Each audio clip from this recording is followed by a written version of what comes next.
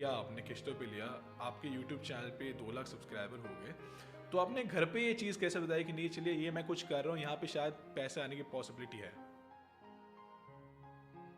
मतलब मैं सही बोलूँ, मैं घर से तो भाग गया था, ठीक है? मैं घर से भाग गया था। ये डिसीज़न बहुत बेकार डिसीज़न था, लेकिन जब बहुत सारी प्रॉब्लम परेशानी आ जाती है ना और आपके अंदर होता है कि मैं कर सकता हूँ।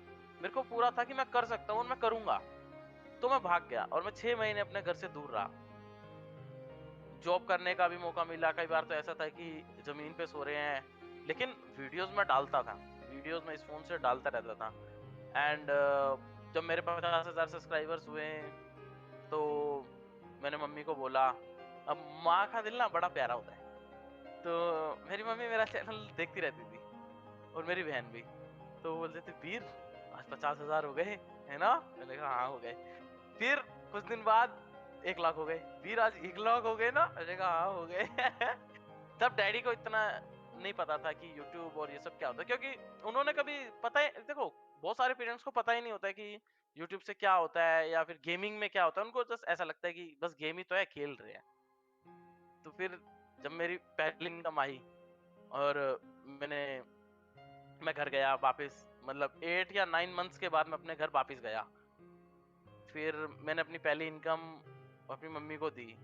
15,000 के अराउंड एक इनकम आई थी, तो मैंने अपनी मम्मी को दी और मेरी सिस्टर रोने लग गई, मेरी मम्मी रोने लग गई, मैं भी रोने लग गया और मतलब तीनों गले लगा के एक-दूसरे को रोने लग गई और फिर मेरी बहन मेरे को किस करके बोलती है कि मेरी वीर की पहली इनकम आई है। वो वाला मोमेंट है जो मेरे को आज तक याद आता है। तब डैडी को भी यकीन हो गया कि हाँ, शायद कुछ है और मेरा बेटा जो है वो सही था। तब डैडी को पता लगा कि हाँ, वो सही कर रहा था। घर पे क्या बदलाव आया जॉन्टी भाई, आपने जब पहली सैलरी दी, वो सब हुआ एंड फिर उनको लगा कि नहीं यार मेरा बेटा शायद सही काम कर रहा है, उसके बाद क्या बदलाव आया घर पे? उम, मैंने पहली सैलरी दी एंड खुशी थी उस दिन। तो डैडी को बोला, ऐसा-ऐसा हुआ है, आज वो ऐसे इनकम देके गया है। तो फिर क्या होता है कि नवंबर कुछ में हुआ था एंड लॉकडाउन का सीन आ जाता है।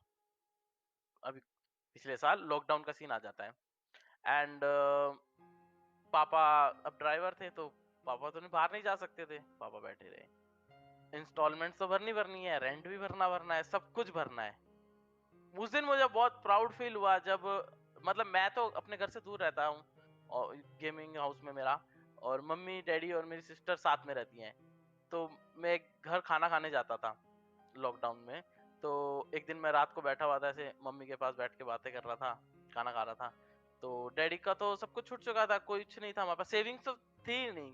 और जो मेरी इनकम थी बस वही थी जो आ रही थी मुझे बुया टीवी से एंड ऐसे।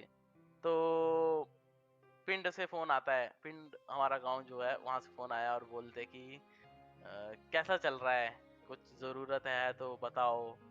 तो डैडी ने वो फ़ोन उठा के बोला होगा कि अगर भगवान एक रास्ता बंद करता है तो दूसरा खोल देता है, और अभी मेरा लड़का खड़ा हो गया। तो जब ये मैंने सुना तो मैं डैडी के पास चला गया।